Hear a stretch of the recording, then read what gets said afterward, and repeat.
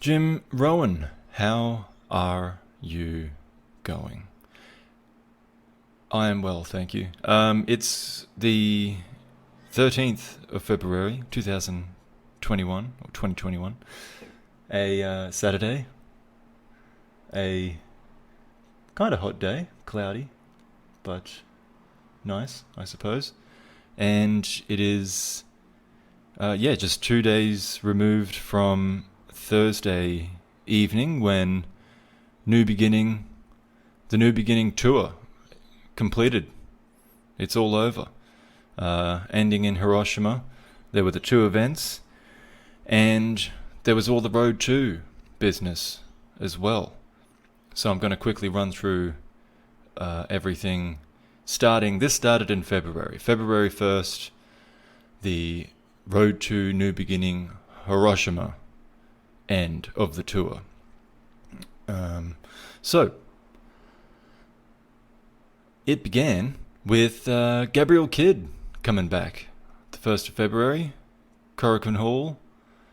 He was apparently in Los Angeles, just having a bit of a break for a week or so. And I suppose that break didn't help him because he came back and tapped out to a double leg crab by Yota Tsuji. And then backstage he kind of just shakes it off as ring rust. But Yota, if you recall, is focused on a match with Naito. And he understands that he needs to change tactics in order to gain it. So his idea after this match in the press conference area is that he believes there's 110,000 New Japan World subscribers. So he says, well, I want New Japan to put up a poll on their Twitter page, and if there's 55,000 votes that say that they would like to see him face Naito, that's his way of, drumming up some interest in this match to try and get it put on. So, and then I guess it's not really that important, but Naito had said something about him opening the ropes for him. That's a kind of a young lion job. And Naito said Jay White wouldn't do that. He didn't do that when he was a young lion. And Tsuji just addresses that. He says, I'm still going to do that. I just, it's out of respect, but, that's his way of doing things. So that was the first match of the tour. I'll run through all these pretty quickly because I'm sure the matches on the main cards themselves will take us long enough. So, next one here is Bushi, Hiromu, Naito, and Sonata versus Ibushi, Honma, Sho, and Wato. So, of course, we've got Wato and Bushi. That's a rivalry. Hiromu and Sho, of course, they're going to fight for the junior title. The heavyweight title is contested by Sonata and Ibushi, and the other one here is Naito and Honma. So all of these feuds have been going on since New Beginning, the start of the New Beginning tour in Nagoya. So it's all kind of more of the same from these guys. In fact, the only people I can kind of off the top of my head say have dropped out of this are the Ospreay's team. What are they calling themselves now? Commonwealth? No. He's Commonwealth Kingpin of the United Empire. That's what it is, I think. So none of those guys are around. There's no Great-O-Khan, there's no Ospreay, there's no Jeff Cobb. And Tenzan's back to just being Wato's daddy, and he's not wrestling on this tour, and Kojima's gone too. They've completed that little feud amongst them, so they don't show up anymore. But yeah, these guys are all doing the same stuff. I don't think I really need to go into too much detail here. If there was anything that they said not particularly interesting afterwards. It was the next match, however, that there was some interesting events. So Evil Togo and Yujiro, they're still a team. Yano, Ishii, and Okada, that's still going on. And I mean, the match ends, Ishii gives Yujiro a brainbuster, but just as the victors, Chaos, are kind of celebrating, they're looking out at the losers who are outside the ring, and Jay White returns. For a long time, there was really strong rumors. People weren't really sure. Has his contract expired? Is this a shoot? Is it at work? What's going on? Well, we all got worked. And if you didn't get worked, good for you, I guess. I like getting worked. On this occasion, anyway. I was worried. I didn't want him to leave. So when he came back, it was a nice surprise. And by the way, even if you question it, if you're 99% sure, that means you're getting worked. Unless you know for absolute certain, there's no doubt in your mind. And by the way, don't be embarrassed to be worked. Just get worked. If it's worth it. If it's embarrassing. If it's like, how did you believe that? Then okay, that's one thing. But they do this pretty well, all they got to do is plant some seeds of doubt. So I certainly, it would have been a very dramatic exit, but I was like, well, I don't know. I guess it's possible. He might be sick of flights to Japan. Jay White returns. He beats all those guys up. He gives Ishii a Blade Runner. And then backstage, he says it still is error. This is the real Bullet Club and not some cheap rip-off trying to recreate the past and regain some relevancy to sell some shitty t-shirts. So that's obviously a shot at Omega and AEW, who's doing a Bullet Club thing over there. He says, this is the real Bullet Club. He's going after Ishii. He said the worst mistake of his life was when he questioned himself after losing that match. He's since realized that his destiny wasn't wrong. He was just missing one little piece before he could put it all together, before he could become God and fulfill his destino. He lost to Ishii in the G1, and he needed to make that right before he could fulfill his dreams or, whatever. So he's going to put Ishii in his place by putting that puppy down. And he tells the matchmakers, I don't care what your plans are for tomorrow. Whatever match Ishii is in, put me opposite him. I just want to be in that match. So, big way to start the tour. The next match was an elimination match. They keep doing these now. They've brought these back as a real popular thing they like doing. I don't think I've liked one of them. This was between the Suzuki-gun and Bullet Club guys. So the main feud here being Zack Sabre Jr. and Taichi versus Tangaloa and Tamatonga, but the juniors are in there too. And the Iron Glove is a big part of that feud. So we've got an Iron Glove hitting Taichi, and then Jado is dragged on top of him to win the match. I didn't even know he was in the match. I might have missed him in the... I guess I did. It doesn't matter. It's not of consequence. The main thing to take from this one is just that Bullet Club have the iron fingers. Or I call it a glove. I always called it a glove. I thought it was... But they call it the fingers. I guess it doesn't cover the whole hand, so that's why it's just iron fingers, although I think Iron Glove sounds a little more dangerous. Fingers just... I don't know. You don't want to say that you've fingered someone. That's got a different meaning, That's something else. That's not an attack. Or it really shouldn't be.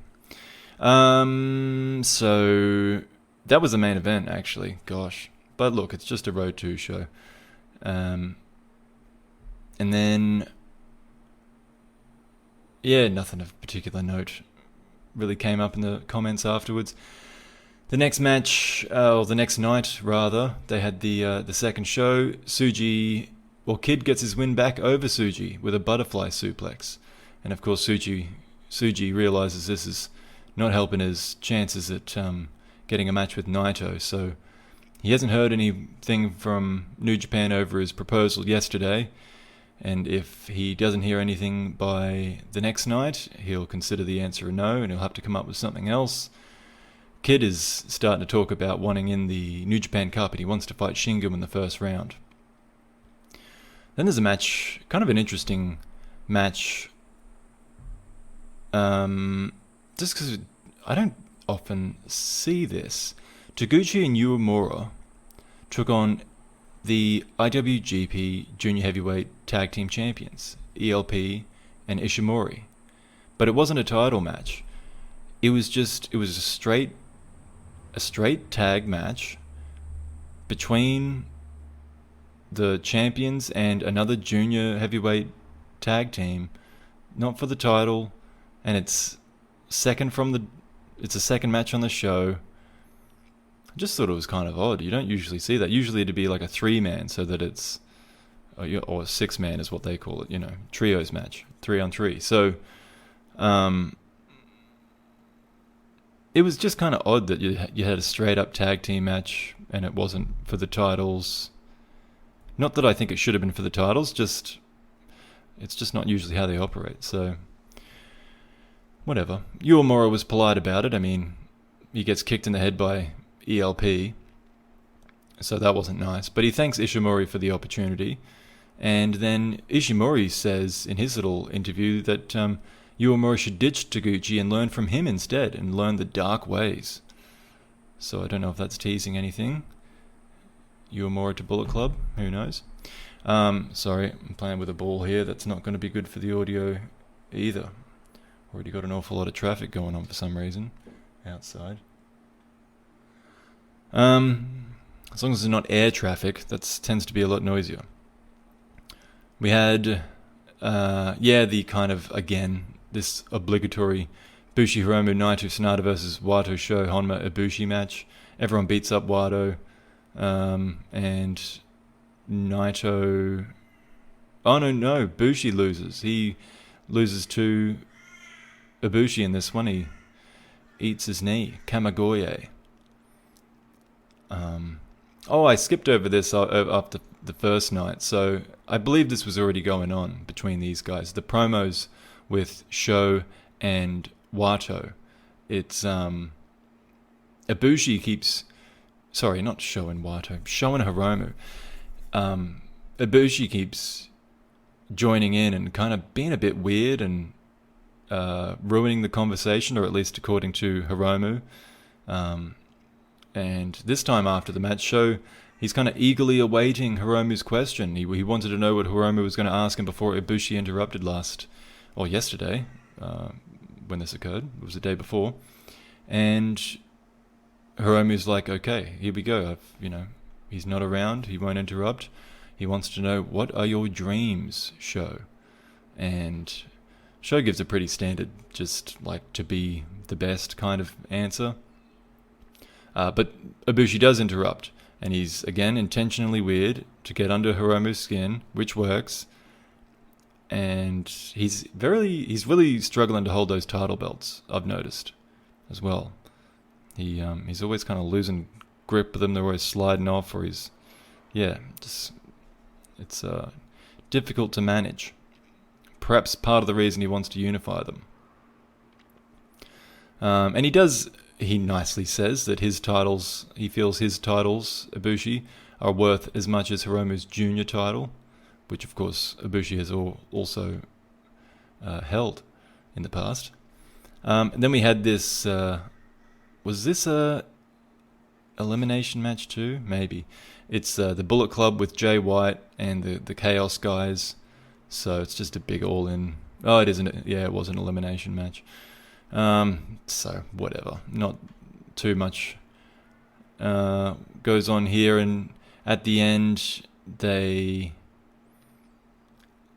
that actually was kind of funny. At the end, the Gorillas are the last ones left, and Yoshihashi is the only one left for the Chaos team, and they're just playing with him, and Jay White's still in as well, actually. So they'll hit a big move on him, and then they'll go to cover him, and then they'll pull up his shoulders, which, isn't uncommon. It's kind of, bully, playing with your food type move. But then they would all like act surprised that he kicked out, like, oh my god, Yoshihashi's so tough, but he's unconscious. And eventually the referee's just like, all right, that's it. He's clearly out. Like, even the New Japan ref is like, we got to stop this. So they ended the match, and the Bullet Club win. Actually, it was Goto that threw in the towel. So the referee was quite happy with it to continue. Sorry about that. Yeah, it was actually Goto that's the responsible one. He throws in the towel. The match is over, and then they drag Ishii in to make him watch White hit a Blade Runner on Yoshi. So they're really trying to toy with Ishii. And what better way than to harm Yoshi, everyone's beloved Yoshihashi. So, and then he gives Ishii a Blade Runner too. And they make a bit of a challenge. Yeah, they made a challenge for the 6-man titles. So that's Ishii, Goto, and Yoshihashi. So Jay White and the Gorillas, Tama Tonga and Tangaloa, are challenging for the 6-man titles. That begins. On the next card, on the 3rd, again, we're still in Korakuen Hall for all of these. There's a coach and kids match, Uemura Tsuji versus Kid and Taguchi, and Taguchi pins Uemura with a Dodon. And after the match, Tsuji accepts that New Japan obviously didn't like his idea about the Twitter poll. So, and he even kind of is a bit salty about it. He's like, it would have taken 1 minute for them to just post that tweet. But, is that what the company thinks of him? He's kind of asking. And then he starts kind of speaking in investment terms, like they should consider him an IPO, an initial public offering. And they, should want to invest in him to become bigger and better. But, yeah, and then Uemura, he's still after Suzuki, but he doesn't think that Suzuki was bluffing with his death threats. And then Coach Taguchi says they're all doing well. Kid reflects on his comments from yesterday's show. He said he didn't mean to be disrespectful at all, but he does want Takagi in the first round. Like, he probably came off aggressive, because he usually does. Usually does that thing where he gets really close to the camera. It's like, it's really not necessary. And then Yujiro Evil White versus Yano Ishii-Okada. I saw this pointed out that White's new shirt, it's got Switchblade on it, but it's in the similar font style to the OnlyFans logo. So that's kind of odd. But obviously this is kind of set up Okada versus Evil and White versus Ishii. So what happens in this one? I think Yano wins over Yujiro. Not that matters. And, Ishii after the match goes, "Did you go home for your mother's support because you failed once? Come get the titles." That's Ishii. You've done something wrong if Ishii's cutting promos on you. He should, I don't know, I guess maybe it would ruin it if he cut promos more often, but his promos are good. Ishii always has something like just cutting to say to someone when he actually does do a promo. It's kind of funny that he doesn't do them more often, but I guess it could just be he's only talking when he has something to say, so that's a good way to be. Okada's still complaining that New Japan aren't listening to his calls for a match with Evil. I'm sorry if there's background. I don't know. If I have a break here, I'll go back and listen and check, and if I have to boil in here by closing the window, I'll do it. It can't be that bad. So White is back to being frantic and emotional but he doesn't have much time to talk before Ishii bursts in there, and he has to run away. But then he comes back, and he's calling out this double standard because Goto was at ringside during this match, and he on the commentary, and he jumped over the barricade to back up his teammates and attacked White. So White's really unhappy with that. He says he needs consequences to be laid down, some kind of action, some fines, whatever. He thinks Goto should be disqualified for from the trios match for the titles, and that it should be a handicap match.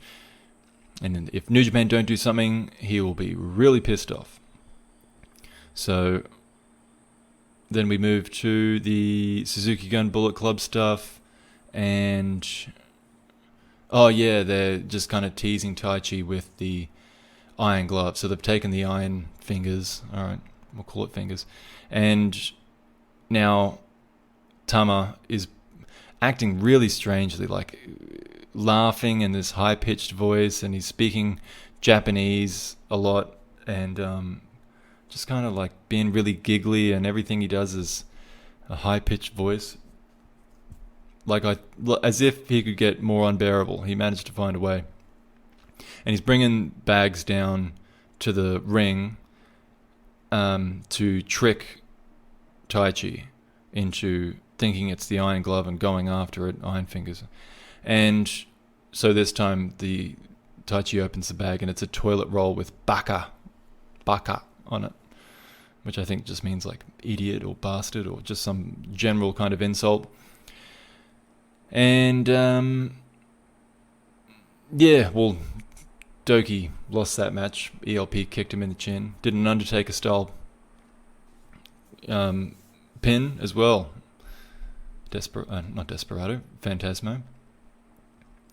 But the main thing is the Taichi stuff with the iron fingers being missing. He's really unhappy about that. And then the co-main event of this one, Sho and Honma versus Hiromu and Naito. So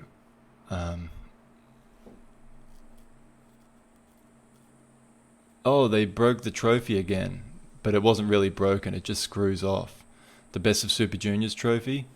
I don't know if Naito did that on purpose, I didn't see it, but Hiromu was upset at first, thinking that the trophy was... Naito broke his trophy again, but he didn't. Tsuji and Honma talk backstage after this one about wanting to face Naito. And Tsuji says he would beat Honma to get that match if he had to. And Honma's like, well, that won't happen. And then they seem to agree to a match here that it doesn't happen on this tour anyway. And then Naito comes in, and he understands that Honma's motivated to face him, but he's like, there's no way. This is a waste of my time. But he does like Tsuji's vote idea. So he's into that. He hopes that happens. And Hiromu and Sho do some more talking. Sho just kind of is still just... Oh, yeah, he was saying... Hiromu said something about thinking he's just the same as the old Sho, but that's a good thing. And then when Hiromu leaves, Sho's like, no, I'm not the man that Hiromu once knew. Bushi and Sanada versus Wato and Ibushi was the main event. Sanada beats Wato with a skull end. Rather pedestrian contest, this one. So, first time of the year for the fairy lights for Sanada's fans. He says this is what it'll look like in Hiroshima as well. Now, there's only one more Road 2 show, but in between these Road 2 shows was the AEW Dynamite, where Kenta showed up. Kenta showed up on Dynamite, attacked Jon Moxley.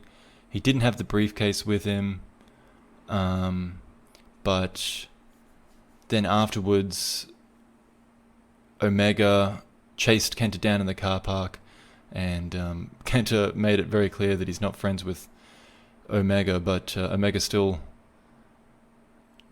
kind of, presumes Kenta will tag with him and offers out Moxley and Archer for a tag team match. And I watched that today, actually, and people were excited. I mean, it was cool to hear fans again that could scream and cheer and whatnot, because there was a bit of a pop for Kenta. And then it was just kind of a big trash match. They brawl all around the arena, whatever. It was fine. But yeah, it's more. It's not that interesting as a match in a vacuum, but it's interesting to see that partnership blossom.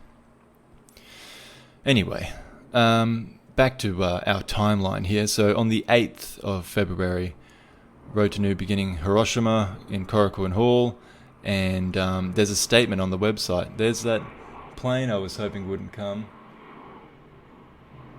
Oh, jeez. Fine. I'll bloody boil. Although you can still freaking hear it. Yes, Korakuen Hall, but on the website they posted, New Japan posted a formal warning to Goto, confirming the trios match will take place between the champions and Jay White, Tonga Tangaloa. But this is clearly just a slap on the wrist. And Jay White actually said something, I don't know, some colourful language I think he used to voice his displeasure over Twitter at that really just nothing decision.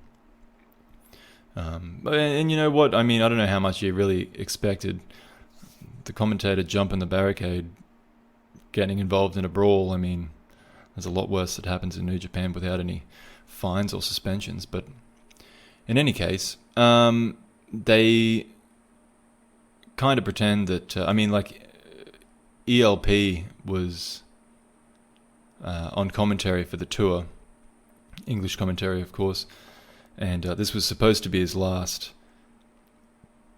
visit to the commentary table. It turns out it wasn't, but he was kind of goading guys as they walked past into, come on, take a swing, just because they were trying to sell the idea that the tension was a bit higher, that there would actually be punishment for someone if they broke the rules again. We were to find out that was not the case, but we'll get to that. So there was a Suzuki, Despy and Kanemaru faced the Young Lions with Taguchi, Kid and Uemura. And of course, that's all about Uemura and Suzuki. I'm sorry, I'm going to open this window again. I'm going to melt. Okay. So, yeah, there's Suzuki just hits him with a flurry. Uemura got some offense in. He went straight for Suzuki. He's not scared of him at all. And, but yeah, Suzuki hit a big combination of hard slaps, and then he reverses a quick attempt at a pile driver, goes for the crab, is swung off, and then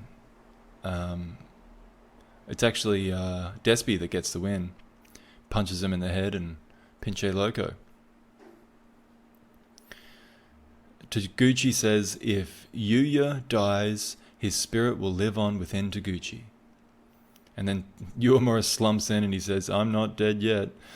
And then Suzuki said it felt good to beat up that kid, and he wants to do more of it. And then he scares the cameraman, and Despy comes in and says he didn't care about this match and doesn't have anything particular to say about it, but he gives Uemura props for hitting the boss so hard. That's what he says. And then we had the Jay White, Yujiro Evil versus Okada, Ishii, and Goto. So White's kind of taken Togo's place, although Togo's still out there. And Oh yeah, White tries. So Yoshihashi's at commentary, and and so White is trying to get under his skin, and he kind of shoves Yoshi, and Yoshi loses it and jumps over the barricade and attacks him. So that's when we knew that New Japan weren't serious, because they didn't do anything to Yoshi. Although, you could say White took the first shot, so maybe that changes things. But anyway, then after that match, whatever happened, Okada takes the microphone and challenges Evil to a match on the spot. Evil gets as far as the apron before bailing, but Okada runs after him, only for Togo to get involved, and Evil does his baseball chair shot spot. And then Okada backstage says he really wants to pay Evil back, and he'd like to do it in a one-on-one match. So he's still pulling for that. White and Gato sit, like they put a seat in front of the exit doors, and you can hear Ishii trying to beat down the door, and then it goes quiet, and Jay's relieved. Oh my god, there's another plane. And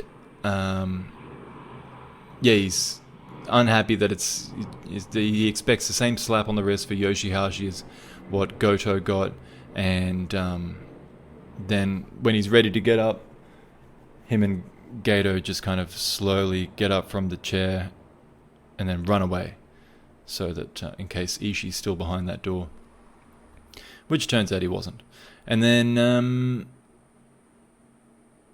now Tama's got several bags to try and trick Taichi, and they've all just got gags in them. There's a baseball mitt, and a rubber chicken was one of them. And Tama just thinks all of this is hilarious, and he's got that shrieky, giggly laughter he's doing. And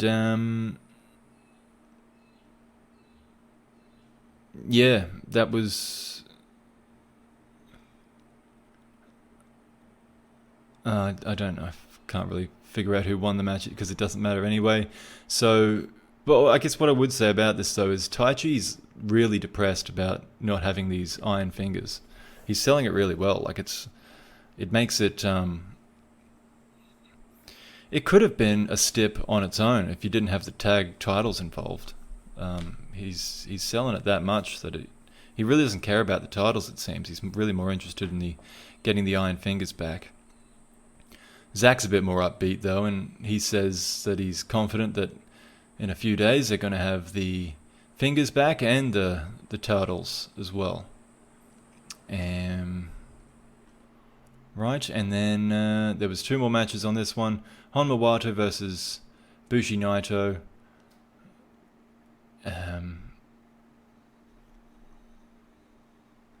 And Bushi gets the oh no, well, it's Naito actually. He pins Honma and keeps him pinned for ages. He's just kind of really proving his point to Honma. But Honma won't take the hint. He says he'll retry as many times as it takes. And then the main event was Sho and Ibushi versus Hiromu and Sanada. And this was a good one. Of all the matches I've probably just run through, obviously it's worth going back and seeing Jay White return. But as a match, this is probably the best one of this section of the tour. Of course, Sho and Hiromu. Great sequences between them to set up their match coming up. Ibushi Sanada as well. And it's... let's see. Oh, that's right. It was Sanada and Ibushi going at it. But it was a skull end on Ibushi. Ibushi counters out of it into a pin. But the time runs out during that pin, and the match goes to a draw. But Sanada kicked out of it anyway, I think. I think they kept fighting, and then the referee's like, no, match is over. So, and they didn't even do any promo. There was no promo after the match. They were all just, everyone was laid out after a 30-minute time limit draw. And no one even spoke after the match either. So, that's the stuff that led up to the first night in Hiroshima Sun Plaza Hall. And the first match of New Beginning in Hiroshima of Night 1 on the 10th of February.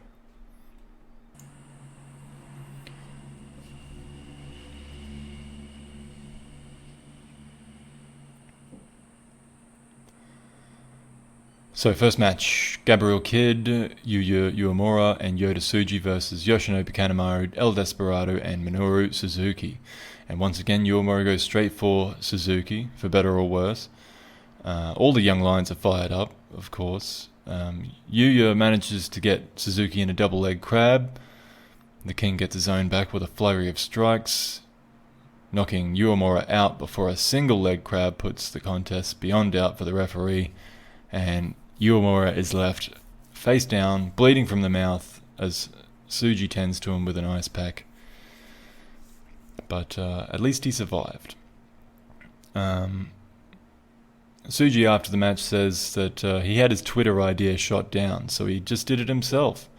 And that might be the wrong thing to do politically, but he's in a rush. He's 27 years old, and he says, you look at Okada's career at 27 years old, he was already a G1 winner and a heavyweight champion, and Jay White was a US and Intercontinental champion, Ospreay was a junior heavyweight champion, and he's still a young lion at 27. He's doing chores, he's unable to even leave on excursion, so he has to make his own way, and so his idea of that is putting a poll up on Twitter.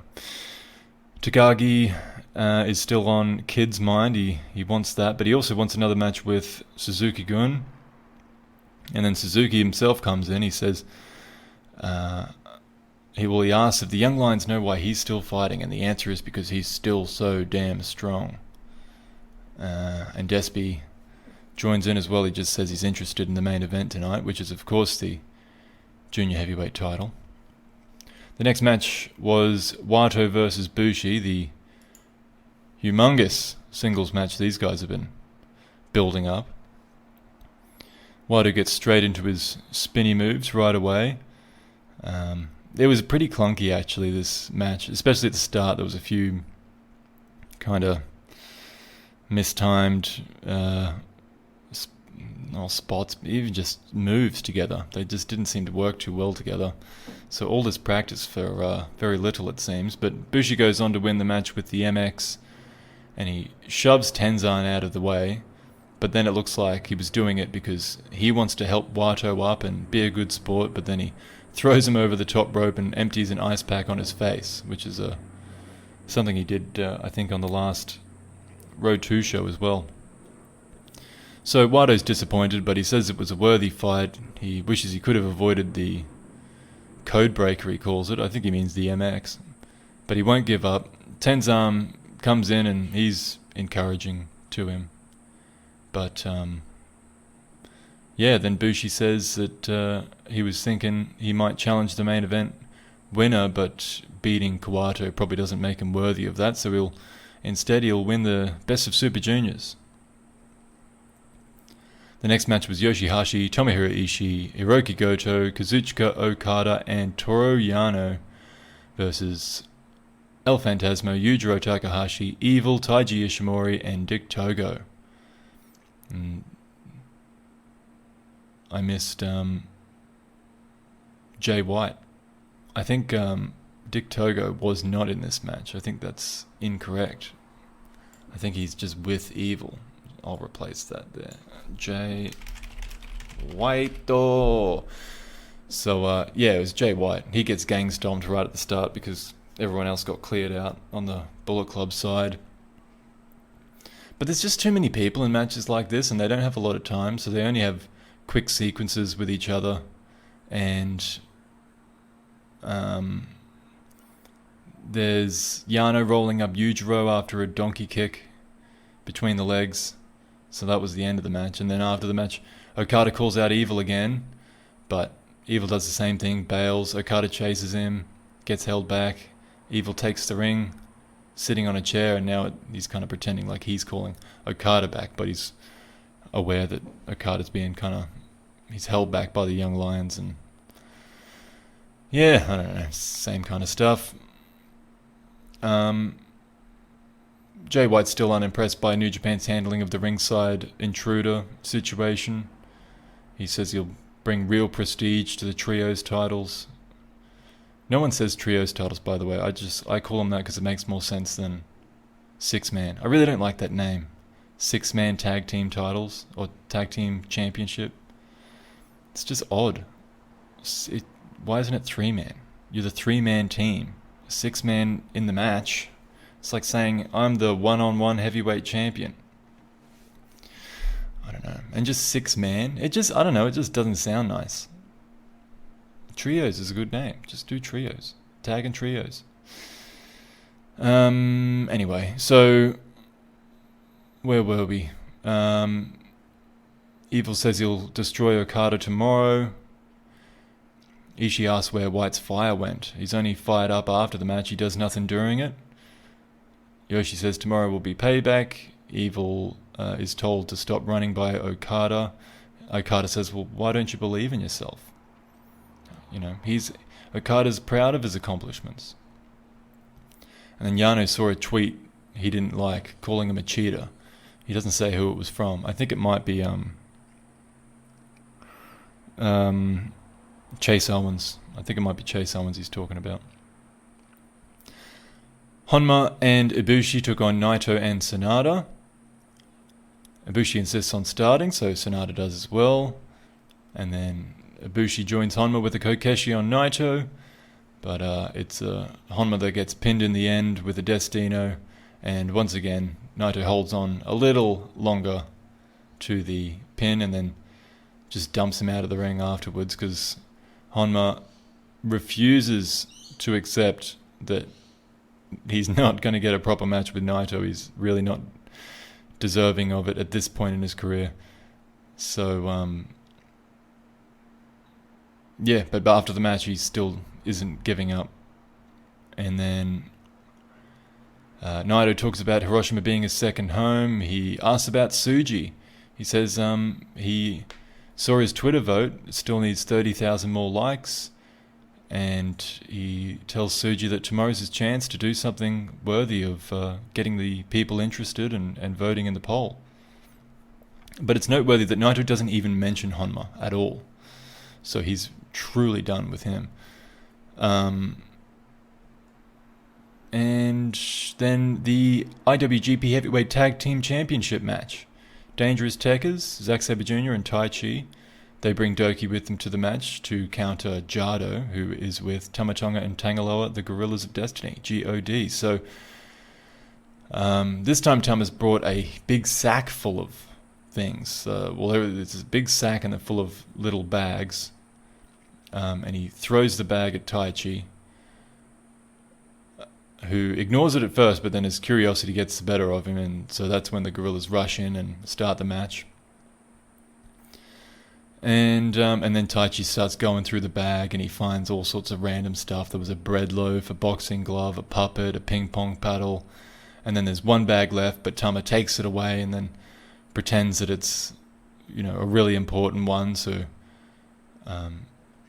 eventually, somehow it ends up with Kanemaru, who's sitting at ringside, and he pulls out a bright pink brassiere. And Tama thinks this is the funniest thing in the world. But at least after that part of the match is over, they can get into things. And it wasn't a bad match. It was kind of a really the technique of Dangerous Tekkers versus the power of Tama Tonga and Tangaloa, especially Zack versus Tangaloa, because Tangaloa is the real unit of those two. He absorbs a lot of damage and kind of, just comes back even harder. But they nearly had it. Tai Chi and Zack hit the Zack Mephisto on it was on Tama, but then Loa pulled the referee out before he could make the 3 count, and that doesn't result in a disqualification. At the start of the match, Doki took Jado out of the arena. He dragged him out, but then Jado comes back and he's got the Iron Fingers with him, and he passes them to Tama, who dramatically puts them on, lines up Tai Chi, but Doki comes down and makes the save. Tries to. He ends up copping a a finger to the jaw, and then Taichi, but it gives Taichi a chance to get up, so he manages to pick up the fingers and knocks down. Oh no, he takes too long. Lower knocks him down, and then Tama picks it back up, and then Zack chokes him from behind, and Taichi picks up the glove again, and with Tama restrained, he's about to hit him, but then the referee becomes involved. Lower comes back, and he cops, finally, a shot from Taichi. Taichi hits Lower. And then he hits Jado next as well. He's able to get him, and then finally it ends up that the rest of the ring has been cleared. It's Taichi with just Tama in front of him, begging for mercy. Oh, sorry. Bear with me a moment. Okay, I'm back. There was a phone emergency. So, what suspense though? It was cut off just as Taichi had the glove. He's got Tama in his sights. He dramatically puts the iron fingers on, and bang, strikes Tama with the iron glove, gets himself disqualified, but he doesn't care. And then Taichi hits the referee, and then he even has a swing at Zack. No, sorry, it was Kanemaru came in to try and restrain him, but I think he took a swing at Zack, and he gets restrained, and Kanemaru takes the glove, and Taichi's just kind of possessed by the glove, is what seems to have happened. So they've got the glove back, or the fingers back, but they did not win the titles. They were disqualified, so the Gorillas keep the titles. And backstage at the promo, Zack says it turns out those fingers are cursed. He wishes he could have a celebratory Zima. Winning the tag belts will kill him, but they'll do it till death do them part as a team, he says. But maybe they just need a bit of a break. Not forever, but for just now. He's looking forward to some singles wrestling, some New Japan Cup action. And we don't hear from Taichi, but Loa wishes his father a happy birthday and then berates Taichi for losing the match for fingers, which is kind of just weird. Like, why do you care so much? And then Tama doesn't say a whole lot apart from believing he still owns those fingers. And that brings us to the main event, Sho versus Hiromu Takahashi. So a big part of their build to this match was that they were doing a lot of forearms back and forth. And I guess they didn't get it out of their systems, because for the first 7 minutes of this match, that's all they do is just bang, bang, bang, bang, bang. I mean, they don't. It's not like it's not like that Kobashi spot, the unending chops. What was that? Kobashi and Sasaki, I think. I don't know. That's a classic. I really shouldn't get that wrong. I hope I didn't. So, no, it's not really like that so much as they're just all around the ring or outside, wherever they go. They're just continuously forearming each other. And they nearly get themselves counted out doing it. And then there was I'm not going to go through the match move for move, but it's pretty even. It's like that real kind of tussle where they're shows that's kind of the story of it, I suppose. It shows the stronger one, and Hiromu, he refuses to win the match any other way than showing Sho that he is just as strong. Like, instead of he's fighting fire with fire, basically, would be the easy way to put it. And yeah, Sho does that fake out shock arrow. I thought Hiromu kicked out of his finish, but it's like Sho's got a second type of pile driver that he does that isn't quite his finisher, so Hiromu kicks out of that. And look, fair play though. I mean, the fans are really into this one. They're stomping their feet, they're clapping their hands, and Sho does go for the full shock arrow, but the victory royale is the counter, and then Hiromu lands a super kick, and then a super kick, and then a super kick, I don't know, 6, 7 super kicks. And then he hits the time bomb, but Sho kicks out. And that's at the 35-minute mark. So Kelly tells us this is the longest match in the history of the title. Just on the last New Beginning show, we had the longest match in the history of the openweight title, and now we've got the longest match in the history of the junior heavyweight title. And I don't really like this trend, by the way. This is, it's a little bit masturbatory, to be honest, the way New Japan's doing this kind of stuff. But although I certainly wouldn't complain about the Tanahashi and Shingo match. I loved that match. This one I didn't love as much. I didn't think it had quite the same magic to it, but still a very good match. Hiromu beats Sho with the time bomb 2, and they stay down a long time.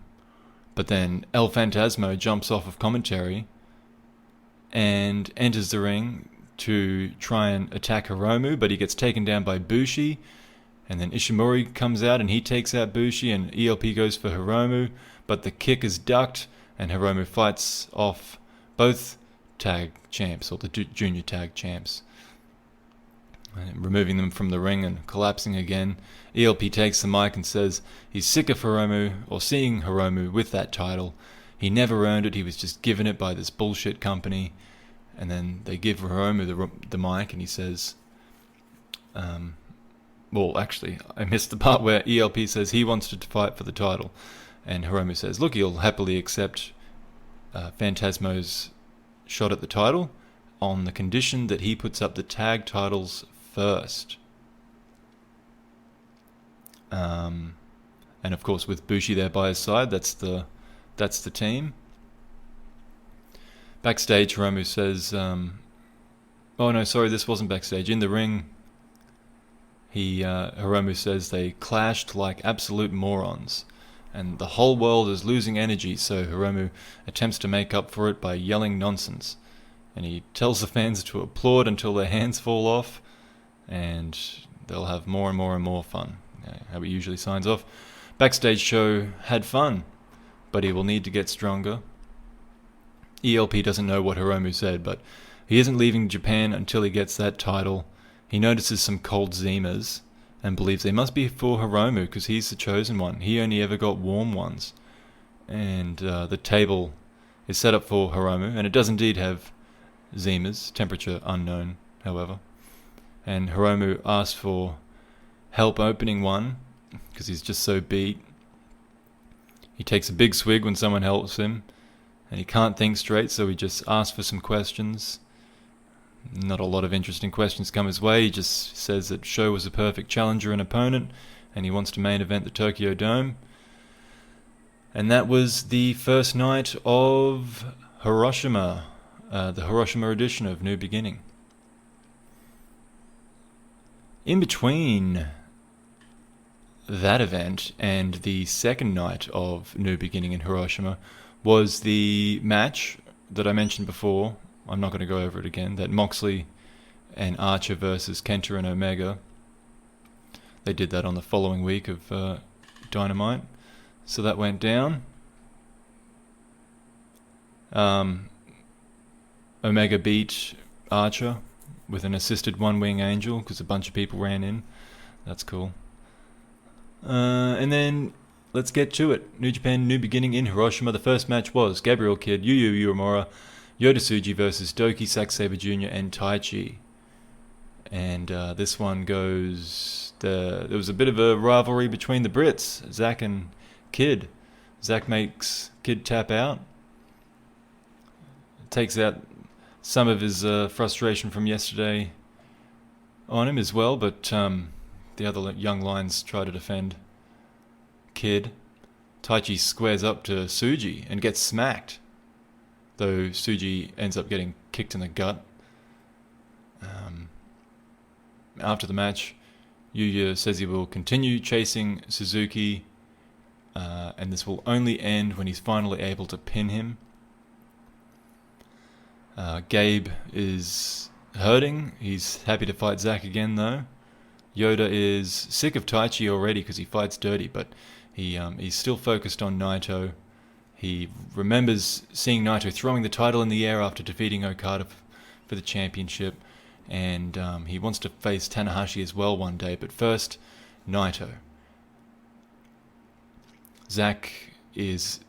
He said he should be insulted by being in the opener against the Young Lions, but he didn't see it that way. He had fun.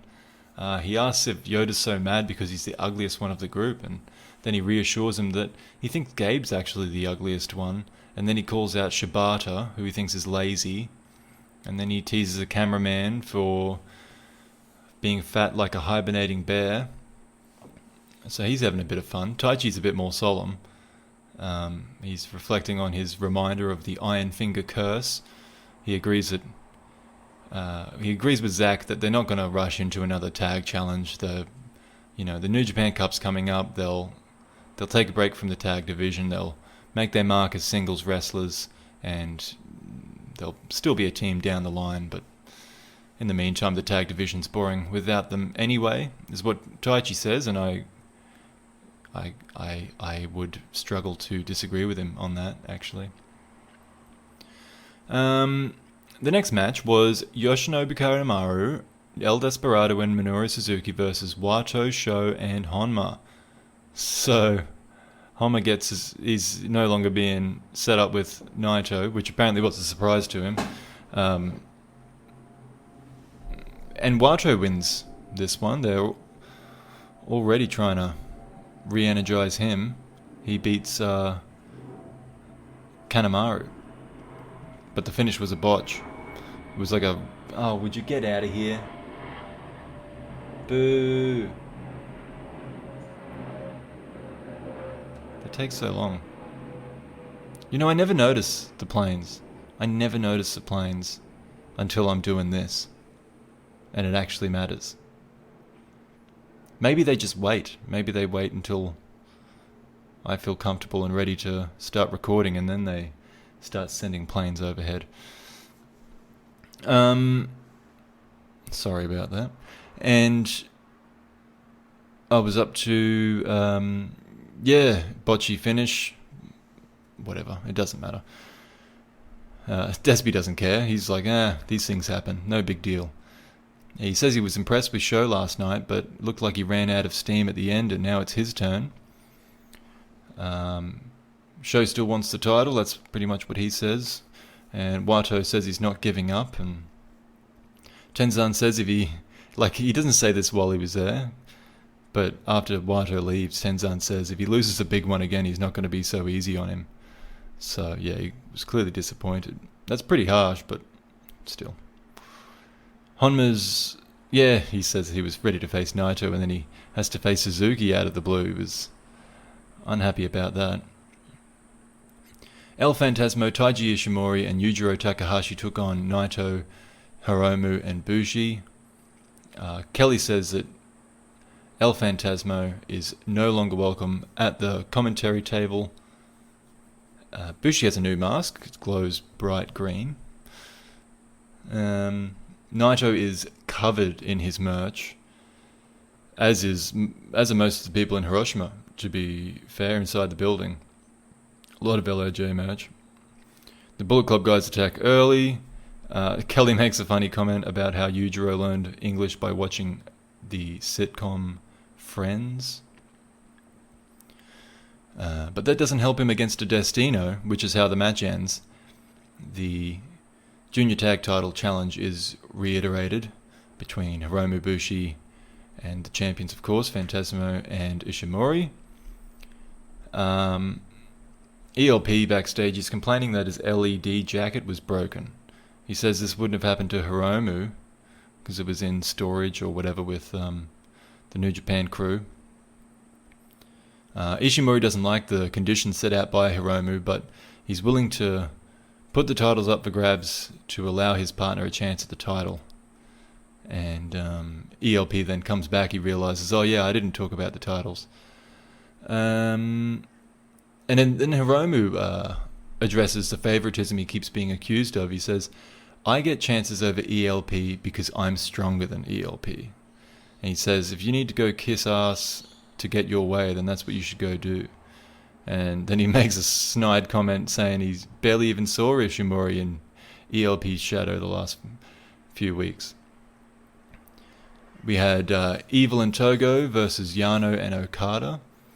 And it's kind of similar to their matches in the lead up to this, that Okada's chasing down Evil at the beginning.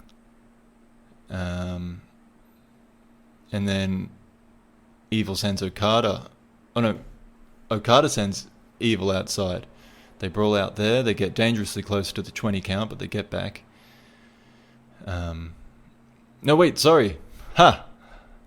They don't get back. Evil reverses Okada on the outside. And instead of breaking the ring out count and getting back in the ring, he just grabs a chair, puts it around Okada's neck, stabs it into Okada's neck, and just lets it run out, lets the time run out really quickly. Like, the match only lasted a few minutes, if that. So the match is called a draw via double count out, but the fight's not over. Okada runs after Evil, hits him in the back with the same chair. He gets back into the ring and he says, he takes the mic, he says, "Come on, Evil, 1-on-1, let's go." Evil moves toward the ring slowly, he shoos Togo to the back, and a singles match is actually announced. The bell rings, and they get started at a rapid pace. Evil tries some dirty techniques to take back control of the match, but the money clip's locked in, forcing Evil to the ropes. There's a heavy lariat that lands on Okada, followed by Darkness Falls, and then he has Okada in the Scorpion Deathlock when Togo comes out for no reason and starts stomping on Okada, so the match gets thrown out, and Yano tries to make the save, but he gets low blowed by Evil.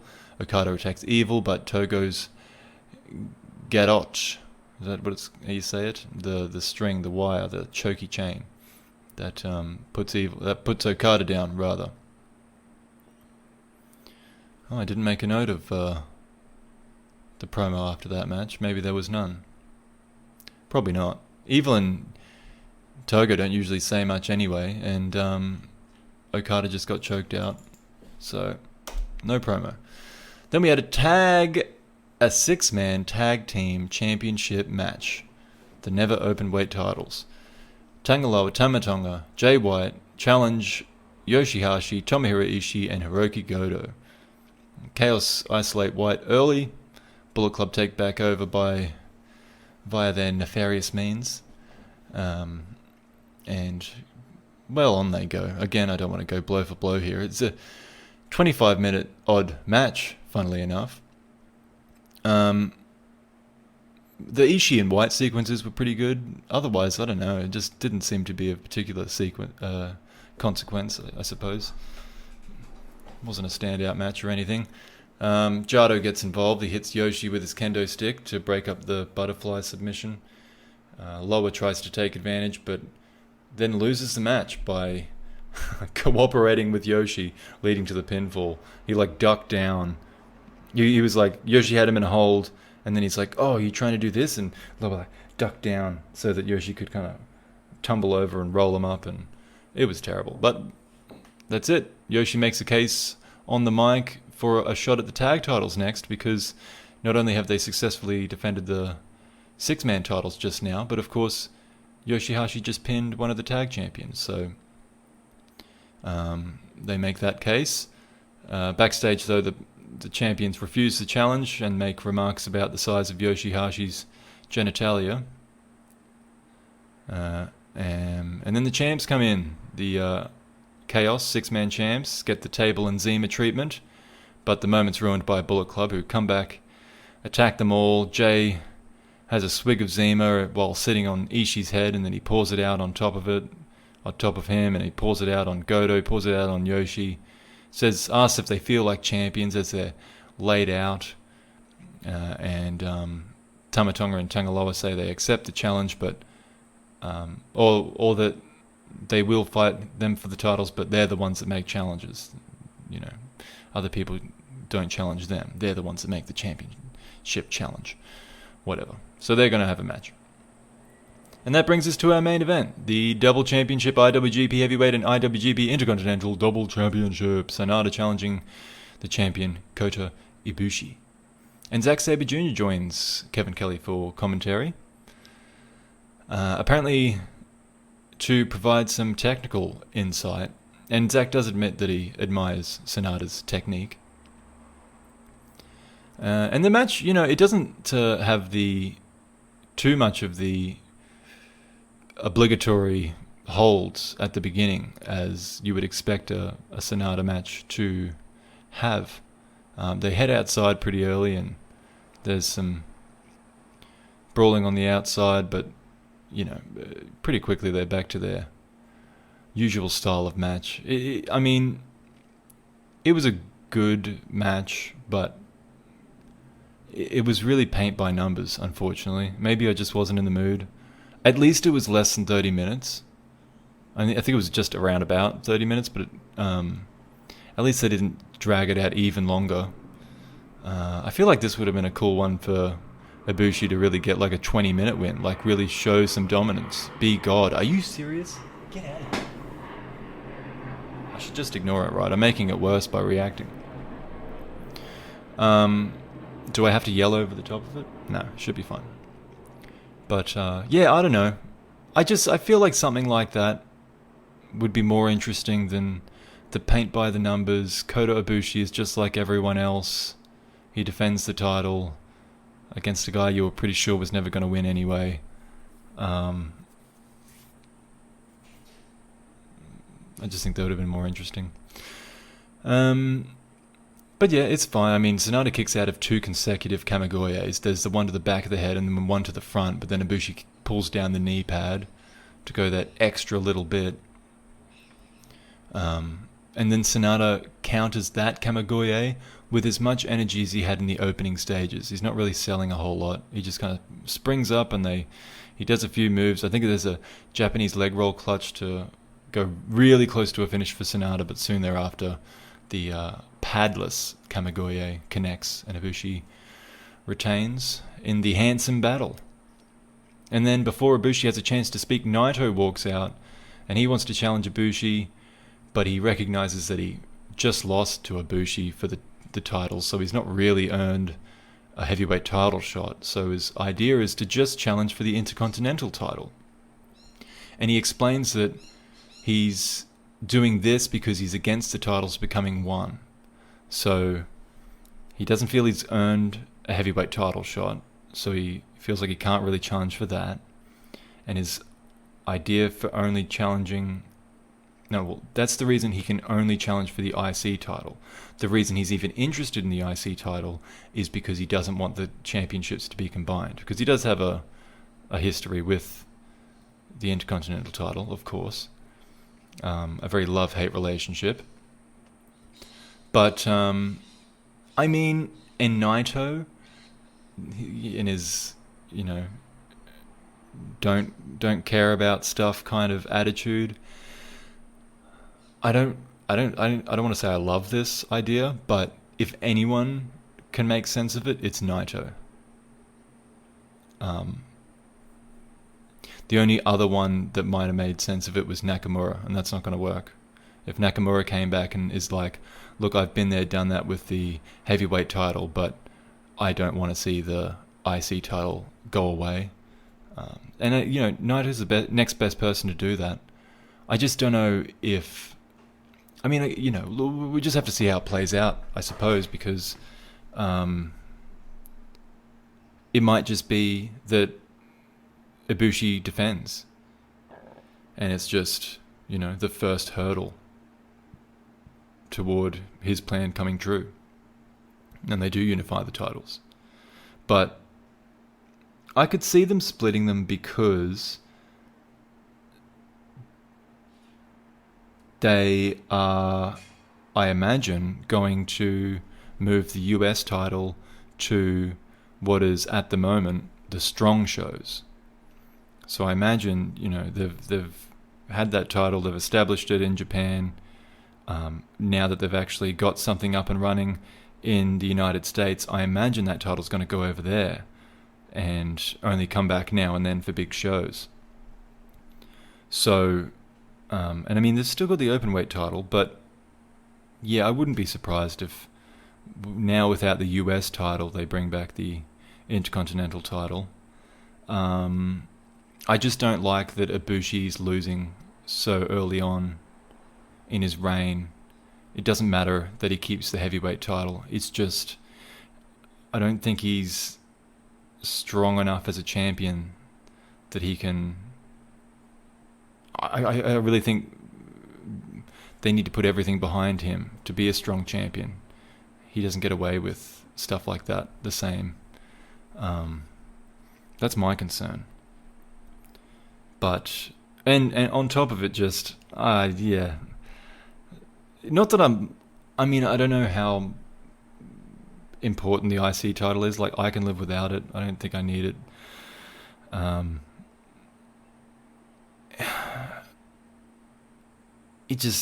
It doesn't really make sense as a prize. It's not the top of a division. It's a second place belt. It restricts you from going for the top belt. It kind of,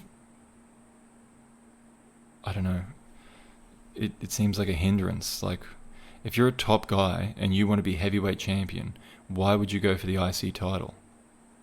It just means that you are stuck in that. If you win the title, it means now you're IC title.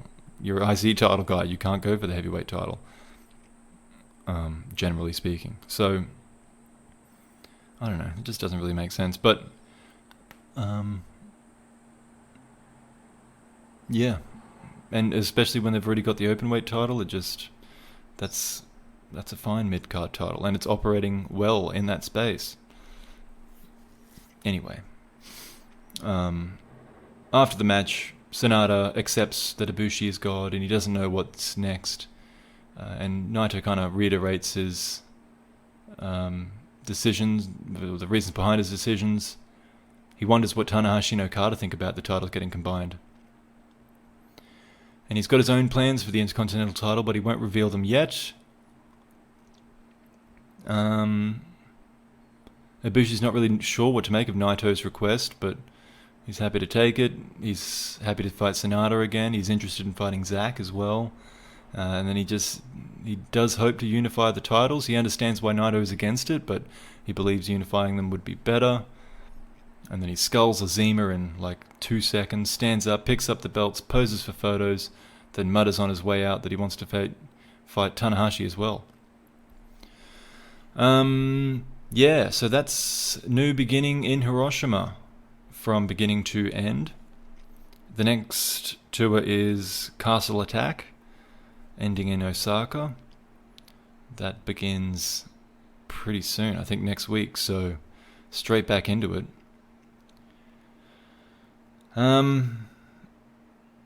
It was fine.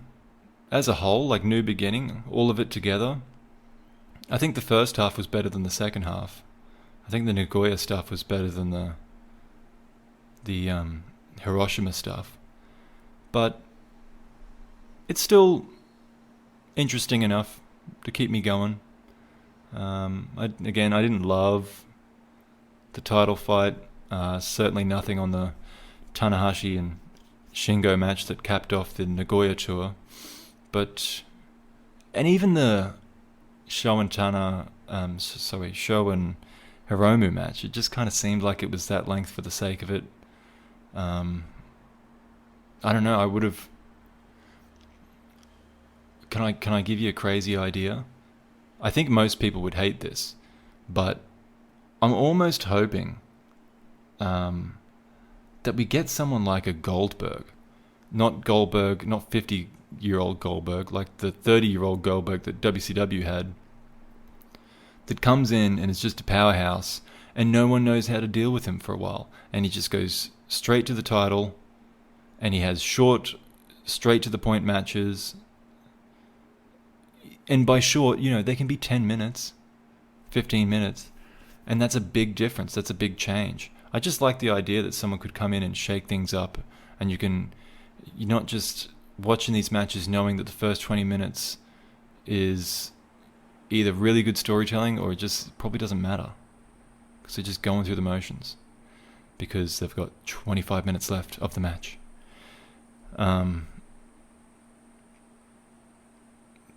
Yeah. Well, in any case, it was still good. It was still enjoyable. All of it was fun to watch.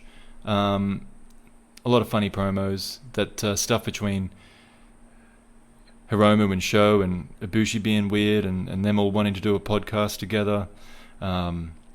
This funny little fight for a one-on-one match with Naito between Tsuji and Honma, which I expect to be a match probably on the Castle Attack. I mean, I feel like that's a good way to go.